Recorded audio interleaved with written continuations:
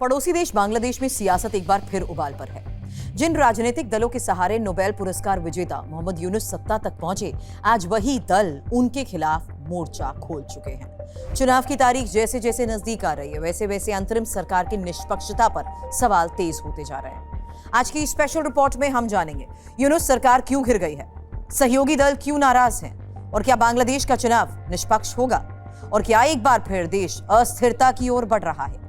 कुछ महीने पहले तक बांग्लादेश की सियासत का दृश्य बिल्कुल अलग था। शेख हसीना सरकार के खिलाफ बीएनपी, जमात-ए-इस्लामी और नेशनल सिटीजन पार्टी एक मंच पर खड़े थे। सड़क से संसद तक एक ही नारा था, हसीना सरकार हटाओ।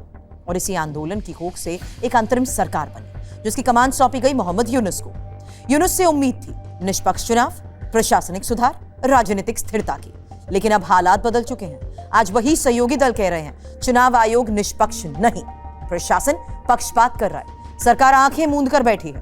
बीएनपी, जमात और एनसीपी तीनों के सुर अलग अलग हैं, लेकिन निशाना एक ही, मोहम्मद यूनुस। सवाल यह है, क्या यूनुस सरकार अपने ही समर्थकों का भरोसा खो रही है? 12 फरवरी को बांग्लादेश में आम चुनाव है, लेकिन उससे पहले चुनाव आयोग कटघरे में खड़ा है। राजनीतिक दलों के आरोप है चुनाव आयोग पर दबाव है, नियमों में ढील दी जा रही, ताकतवर दलों को फायदा पहुंचाया जा रहा है। खासतौर पर एनसीपी ने बड़े आरोप लगाए। नेशनल सिटीजन पार्टी के संयोजक नाहिद इस्लाम खुद एक प्रतिनिधि मंडल के साथ मोहम्मद यूनुस से मिलने पहुंचे। मीडिया से बात करते हुए नाहिद इस्लाम ने यह साफ कह दिया, जमीनी स्तर पर प्रशासन और चुनाव आयोग का रवैया निष्पक्ष नहीं। एनसीपी के आरोप है दोहरी नागरिकता वालों को चुनाव की छूट है, कर्ज ना चुकाने वाले उम्मीदवार मैदान में है, बीएनपी के दबाव में फैसले हो रहे हैं, और चेतावनी भी दी, अगर चुनाव पारदर्शी नहीं हुए तो यूनुस सरकार को जवाबदेह ठहराया जाएगा।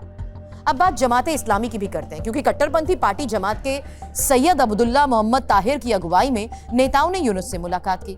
जमात के आरोप है कई एसपी और डिप्टी कमिश्नर खुले तौर पर पक्षपात कर रहे हैं, एक खास वर्ग को फायदा पहुंचाया जा रहा है। जमात नेताओं का यह कहना है कि ऐसे माहौल में स्वतंत्र और निष्पक्ष चुनाव सिर्फ एक सपना बनकर रह जाएंगे। अब तस्वीर का सबसे दिलचस्प हिस्सा देखिए, बीएनपी बनाम जमात। बीएनपी ने जमात पर सीधे आरोप लगाए।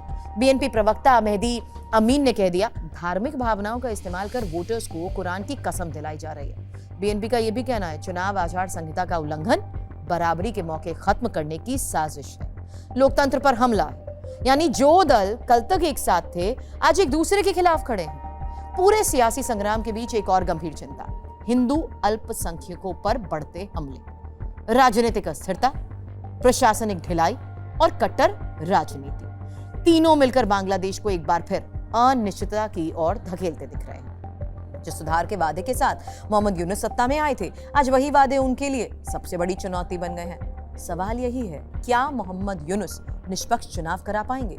क्या सहयोगी दल साथ रहेंगे, या बांग्लादेश एक नए राजनीतिक संकट में फंसने वाला है? इन सभी सवालों के जवाब 12 फरवरी के चुनाव के बाद ही सामने आए। फिलहाल सियासी भंवर में फंसी है यूनुस सरकार। आप क्या सोचते हैं? कमेंट में हमें जरूर बताएं।